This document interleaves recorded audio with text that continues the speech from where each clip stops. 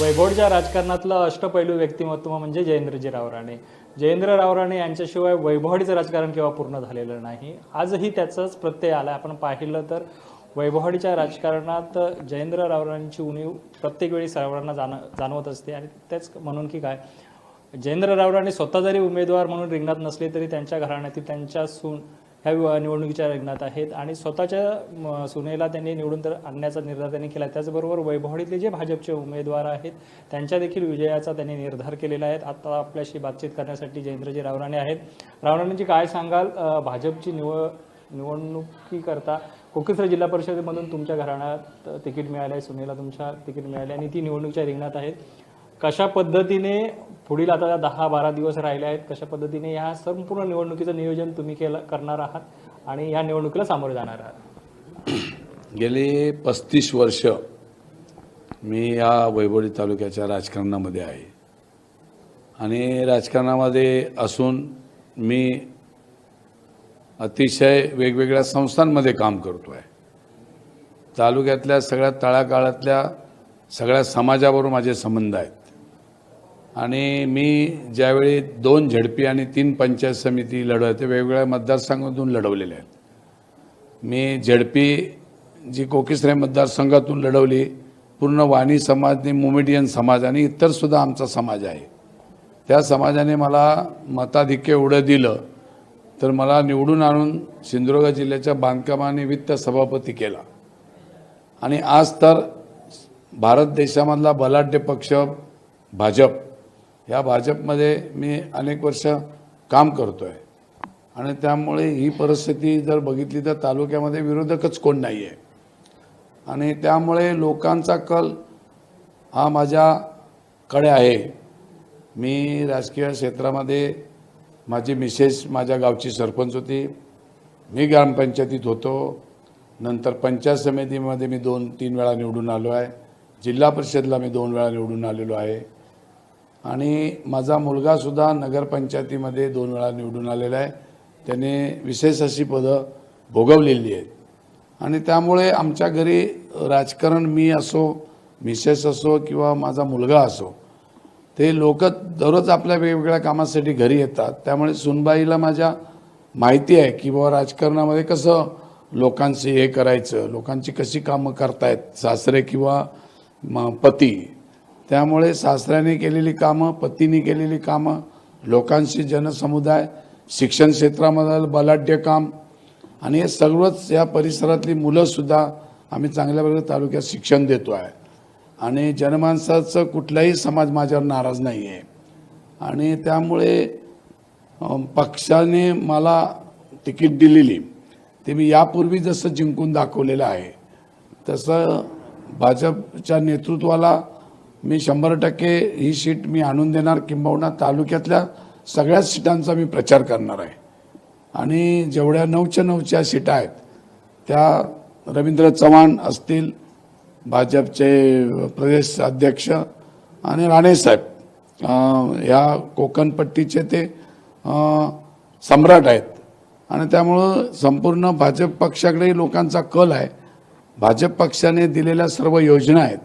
आज लाडक्या बहिणींची योजना आहे, आरोग्यदृष्ट्या म्हणजे भारत आयुष्यमान विमा आहे, ST पास आहे, ते आहेत, रेशन दुकानावरचं संपूर्ण धान्य आहे.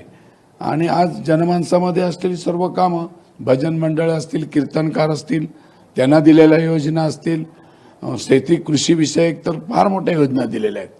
आणि आत्म्यासारख्या ठिकाणी मी सुद्धा शेतकऱ्यांचं पण काम केलेलं आहे. आणि या कामाचा सगळा मोबदला म्हणून आणि भारतीय जनता पार्टीची मोठी ताकद माझ्या मागे असल्या कारणामुळे आणि जनसमुदायामध्ये संपूर्णच मतदार आज भाजपशिवायचं नावच घेत नाही आहेत. कारण भाजपने एवढं लोकांसमोर एवढं काम ठेवलेलं आहे तर लोक दुसरीकडे मतदान टाकण्याचा विचारच करणार नाही आहेत. इतके एवढी प्रतिमा जर भाजप पक्षाची आणि इतके तळागाळातल्या लोकांचं जर भाजप पक्ष काम करतो आहे आणि मी तर भाजप पक्षाचं कमळ घेतलेलं आहे आणि मी भाजप पक्षामध्ये एकनिष्ठ काम करतो आहे, त्यामुळे मला 100% विजयाची खात्री आहे आणि मी निवडून येणारच. आणि माझी आतापर्यंतची परंपरा आहे. काय वाटतं, हा विजय किती मताधिक्याचा असेल तुमच्या सोनबाईंचा? हा माझा मताधिक्य म्हणजे मी समोरच्या व्यक्तीचा डिपॉझिट जप्त करणार. मला वाटत नाही की ते 200-400 मतं घेतील असं वाटत नाही. सगळीची सगळी मतं माझ्या पदरात पडतील, किंबहुना ती भाजप पक्षाच्या पदरात पडतील आणि कमळ असं फुलेल की ते जबरदस्त फुलेल. जयेंद्रजी रावराणे कोळपे जिल्हा परिषद मतदारसंघासाठी इच्छुक होते. तिकडे पक्षासाठी मागणी देखील केली होती. पक्षाने तिथून तिकीट तुम्हाला न देता तुमच्या घरात सुनबाईंना दिलंय. त्याबद्दल तुम्ही नाराज वगैरे आहात का किंवा काय? मी पक्षावर अजिबात नाराज नाही. मी अनेक वेळा निवडून आलेलो आहे. प्रत्येक नवीन कार्यकर्ते तर तयार होत आहेत, त्यांना संधी दिली पाहिजे या उद्देशाने मी थांबलो. मी असं काही आग्रह धरला नव्हता. मला काही पक्षाच्या कार्यकर्त्यांनी तिकडे मागणी केली होती, तुमचे 2 मतदारसंघ झाले, तो पण एक मतदारसंघ एकदा बघा म्हणून. मला बलाढ्य लोक माझ्या घरी आले होते, साहेब तुम्ही भुईबावडा मतदारसंघातनं उभं राहिलं पाहिजे. परंतु माझ्यापेक्षा सुद्धा अनेक कार्यकर्ते तयार झालेले आहेत, आमच्यापेक्षा तरुण आहेत. आम्ही आता रिटायरमेंटकडे फिरत आलेलो आहे आणि मी त्यामुळे तरुण लोकांना संधी देण्याच्या डोक्यात ध्येय ठेवून मी थांबलो. आणि मी थांबलेल्याचं मला अचानक जो धक्कायंत्र हे मला मिळालेलं आहे. मी सुनबाईंना मला धक्कायंत्र तिकीट मिळालेलं आहे. मी असं काही पक्षाकडे हट्टास केला नव्हता. परंतु पक्षाने आमची इतक्या वर्षाची कामगिरी बघून आणि पक्षाला 100% खात्री आहे, भाजप पक्षाला, की जयेंद्र रावराणेच्याकडे तिकीट दिल्यानंतर जयेंद्र रावराणे 100% निवडून येतोच. ही आतापर्यंतची परंपरा असल्यामुळे आणि कोकिसरे जिल्हा परिषदेमध्ये माझा जुना झेडपी सदस्य मी तिथे होतो. जनमानसांचं कल माझ्याकडे आहे. आणि दुसरी गोष्ट, कोकिसरे असेल, नादवडे असेल, ही जी तरुण युवा पिढी जी फळी जी आहे ती मला मानणारी आहेत. त्यामुळे मला असं चिंता अशी अजिबात वाटत नाही. 10 दिवस जरी असले असते किंवा 5 दिवस जरी असले असते, बिनप्रचार करता माझे कार्यकर्ते मला निवडून देतील अशी प्रकारची माझी 100% खात्री आहे. वैभववाडीत आता भाजपचे 9 सदस्य आहेत, 3 जिल्हा परिषद आणि 6 पंचायत समितीकरिता. काय निवडणुकीचं चित्र असेल, काय विश्वास वाटतो तुम्हाला? नाही, भाजप पक्षाचे एक तर कसं असतं, मुलाचे पाय पाळण्यात दिसतात. तसं आता 9 पैकी आम्ही एक सीट अगोदरच काढलेली आहे, म्हणजे बिनविरोध झालेली आहे. आमचा भाजपचा तालुका अध्यक्ष त्यांच्या मिसेस या ठिकाणी बिनविरोध जवळजवळ घोषणाच करायची शिल्लक आहे, पण त्या निवडून आलेल्या आहेत. आता बाकीच्या राहिल्या 8. आम्ही दुसऱ्याची वाट लावून त्या 8 आम्ही आणणार 100%.